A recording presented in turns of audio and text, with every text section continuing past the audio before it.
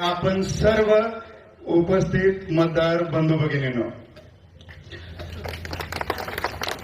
भारताला स्वातंत्र्य 1947 साली मिळालं आणि पहिली सार्वत्रिक निवडणूक जी आहे ती 1951 साली लढली गेली. ही निवडणूक जी लढली गेली ती लोकसभेसाठी होती. लोकसभा ही 5 वर्षांमधून येणारा आणि देशाच्या पातळीवर निर्णय घेण्यासाठी बनवलेली संस्था आहे आणि त्याप्रमाणेचे निर्णय त्यावेळी घेतले गेले. याच लोकसभेमध्ये ठराव पास झाला आणि त्यानुसार बलवंतराय मेहता यांना एक समिती स्थापन करण्याची एक रिक्वेस्ट केली गेली आणि त्याच्यानुसार त्यांनी एक समिती स्थापन केली आणि त्यांनी रिपोर्ट दिला आणि त्यानुसार आपल्या भारतामध्ये पंचायत राजची स्थापना करून त्यामध्ये त्रिस्तरीय रचनेचा सुरुवात झाली. या त्रिस्तरीय रचनेचा अर्थ ग्रामपंचायत, पंचायत समिती आणि जिल्हा परिषद.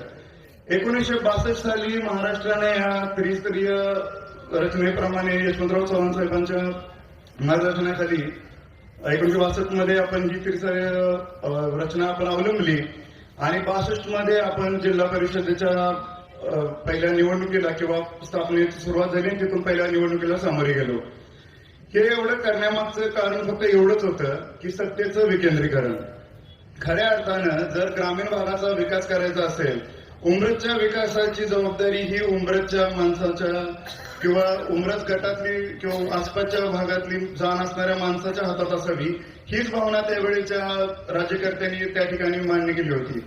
मुंबईच्या माणसानं जर उमरजचा कारभार करायचा असला तर ते शक्य नव्हतं, हे त्यावेळेच्या सगळ्या दृष्ट्याने त्यांना अगदी नक्की माहित होतं आणि म्हणूनच ती व्यवस्था त्यावेळी करण्यात आली. आज 75 वर्ष झाली आहेत आपल्या पहिल्या निवडणुकीच्या नंतर. आपण आज साधारण 2026-51 आपली पहिली निवडणूक झाली होती. 75 वर्षानंतर आज आपला भारत देश हा जगामध्ये सगळ्यात मोठी लोकशाही म्हणून आज आपण बिरुदावली मिळवतो. सगळ्यात महत्वाचं कारण त्यासाठीच हेच आहे की त्या काळच्या ज्या नेत्यांनी जे निर्णय घेतले होते त्याच्यामुळे ही लोकशाही टिकली. आपल्या बरोबरचे बरेच लोकशाही देशांमध्ये जर बघितलं तर खूप वेगवेगळ्या प्रकारचे तिथं प्रॉब्लेम आहेत आणि त्यांच्यामुळं तिथल्या बऱ्याच गोष्टी आज लोकशाहीला मार ठरत आहेत. पण आपल्या संविधान जे की डॉक्टर बाबासाहेब आंबेडकरांनी जे लिहिलं त्या संविधानावरती जेव्हा आपला हा देश चालू आहे आणि त्या संविधानामुळेच आणि त्यांनी दिलेल्या जे मार्गदर्शन केलं आपल्याला देश चालवण्यासंदर्भातलं, याच्यामुळेच आज आपण आपली लोकशाही टिकून आहे आणि आपण जगातील सगळ्यात मोठी लोकशाही म्हणून आज या ठिकाणी वावरतोय. आणि अशा लोकशाहीमध्ये एका निवडणुकीचा उमेदवार म्हणून मला या ठिकाणी उभं राहण्याची संधी मिळाली आणि ती फक्त आणि फक्त माननीय बाळासाहेब पाटील साहेब, त्याचबरोबर राष्ट्रवादी काँग्रेस पक्षातील सर्व माझे ज्येष्ठ कार्यकर्ते, सहकारी, ज्यांनी मला या ठिकाणी स्वतः पाठिंबा दिला, पाठीवर हात टाकला आणि खऱ्या अर्थानं ते आजही माझं त्याचप्रमाणे मार्गदर्शन करतात. स्वतःविषयी एक सांगताना मला बऱ्याच जणांनी आता इथं सांगितलं की उच्च शिक्षिका आहेत. मी स्वतःविषयी एवढंच सांगतो की मी MBA शिक्षण पूर्ण केलेलं आहे, जे की सगळ्यात जास्त शिक्षण. त्याच्या आधी मी BSc ॲग्रीचं शिक्षण पूर्ण केलेलं आहे. त्यामुळे एका अर्थानं शेती आणि व्यवसाय त्याचबरोबर नोकरी अशा तिन्ही प्रकारचा एक अनुभव माझ्या पाठीशी आहे, एवढं मात्र नक्की. आज एवढं सांगतो की ह्याच्या आधी या व्यासपीठावर येण्याचा एकदा मला योग आला होता. फक्त माझं तोंड या साईडला नव्हतं तर त्या साईडला होतं. त्याचं कारण होतं की मी 10वीला असताना मुलांमध्ये पहिला आलो होतो आणि मला सत्कार इथं घेतण्यात आला होता आणि त्यासाठी मला त्यावेळी इथं येऊन तो सत्कार स्वीकारण्याचा योग आला होता.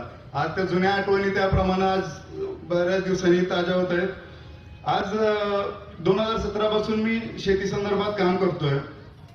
साहेबांच्या मार्गदर्शनाखाली कारखान्याच्या मार्फत वेगवेगळ्या शेतीच्या वेगवेगळे कार्यक्रम घेतले जातात. अशा बऱ्याच कार्यक्रमांना मी सुद्धा हजेरी लावलेली आहे. ऊस विकासाच्या संदर्भातले कार्यक्रम असू देत किंवा इतर कोणत्याही प्रकारचे असू देत. त्याचप्रमाणे आम्ही पण ज्यावेळी शेतकरी म्हणून एकमेकाबरोबर संवाद साधत असतो, एखादी गोष्ट माझ्याकडून चुकू शकते, ती गोष्ट मी समोर एखाद्याकडून गायडन्स घेऊन त्याप्रमाणे मी ती करत असतो. तसंच माझ्याकडे जे काही अनुभव असतील ते त्याप्रमाणे त्यांना देत असतो. अशा रीतीनं एक शेतकऱ्यांच्या समस्या ज्या पूर्णपणे किंवा जास्तीत जास्त समस्यांची माहिती ही मला अगदी नक्की एवढं या ठिकाणी सांगतो. आज जास्तीचं काही बोलत नाही, आपल्याला बराच वेळ आहे अजून, आपल्याला साहेबांना पण ऐकायचं आहे. पण उमरजच्या विकासाचं विजन हे आज उमरजवासी इथं आहे किंवा उमरज जिल्हा परिषद गटातील सर्व लोक इथं आहेत. उमरजच्या विकासाचं विजन जे आहे ते मात्र तुमच्या समोर मांडतोय. आज आपण उमरजमध्ये किंवा उमरज जे गाव राहिलं नाही तर निम शहरी किंवा शहरी आपली शहर तयार झालेलं आहे. उमरजमध्ये आपण पहिल्यांदा उमरज रिव्हर फ्रंट नावाचा एक प्रोजेक्ट हाती घेण्याचा आपण डोक्यात घेतलेला आहे. उमरजला खऱ्या अर्थानं समृद्ध असे नदीचा किनारा किंवा काठ लाभलेला आहे आणि त्याच्यावरती घाटांचं जवळजवळ 500 ते 700 फुटापर्यंत खूप चांगलं असं बांधकाम आहे, पण दगडी बांधकाम आहे. पण आपल्याला खऱ्या अर्थानं त्याचा कधी उपयोग घेता आला नाही. एखादा पाहुणा जर आपल्या घरी आला आणि जर आपल्याला उमरजमध्ये तुमचं काय चांगलं आहे किंवा उमरजमध्ये एखाद्या ठिकाणी तुम्ही आम्हाला घेऊन जाऊ शकता का असं जर त्यांनी कधी सांगितलं तर आपल्याला खऱ्या अर्थानं त्यावेळी आपल्याकडे उत्तर नसतं. एखादं मंदिर जास्तीत जास्त आपण जातो त्या पुढे काय आपल्याला करता येत नाही. आणि खऱ्या अर्थानं तिथल्या लोकांची पण ती डिमांड आहे की अशा प्रकारचं इथं काहीतरी बागेच्या संदर्भात काहीतरी व्हावं किंवा एखादा रिव्हरफ्रंट तिथं लाईट्स असाव्या, तिथं बसण्याची सोय असावी. तर तो प्रोजेक्ट आपण हातात घेण्याचं ठरवतं. सगळ्यात जो मोठा आज उमरजसाठी प्रश्न जो आहे तो आहे कचरा व्यवस्थापनाचा. साहेबांच्या मार्गदर्शनाखाली आज मी एवढं सांगू इच्छितो की जो ओला कचरा असतो त्याला आपण घरामध्येच प्रोसेस करून जर त्याचं आपण जर खत तयार केलं तर घरातल्याच बागांमध्ये आणि कुंड्यांमध्ये आपल्याला वापरता येईल.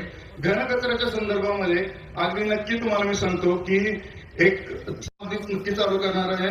शेती संदर्भातील जे काही आपल्या समोर जे काही शेती संदर्भातील आपल्या हे येतील जे काही योजना असतील विविध प्रकारच्या जिल्हा परिषदेच्या मार्फतून आपल्याला ज्या